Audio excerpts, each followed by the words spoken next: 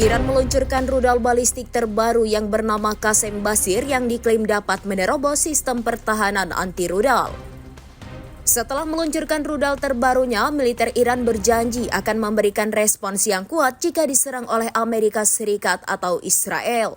Bahkan Iran akan menargetkan kepentingan, pangkalan, dan pasukan mereka dimanapun mereka berada, ungkap Menteri Pertahanan Iran Aziz Nasirzadeh dalam tayangan TV Iran pada Minggu 4 Mei 2025.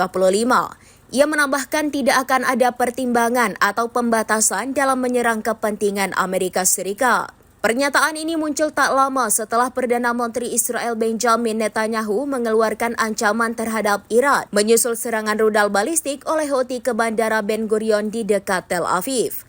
Netanyahu menuduh Iran adalah pihak yang mendukung serangan rudal Houthi terhadap Bandara Ben Gurion. Untuk diketahui, rudal balistik Qasem Basir memiliki jangkauan lebih dari 1.200 km dan merupakan pencapaian pertahanan terbaru Iran.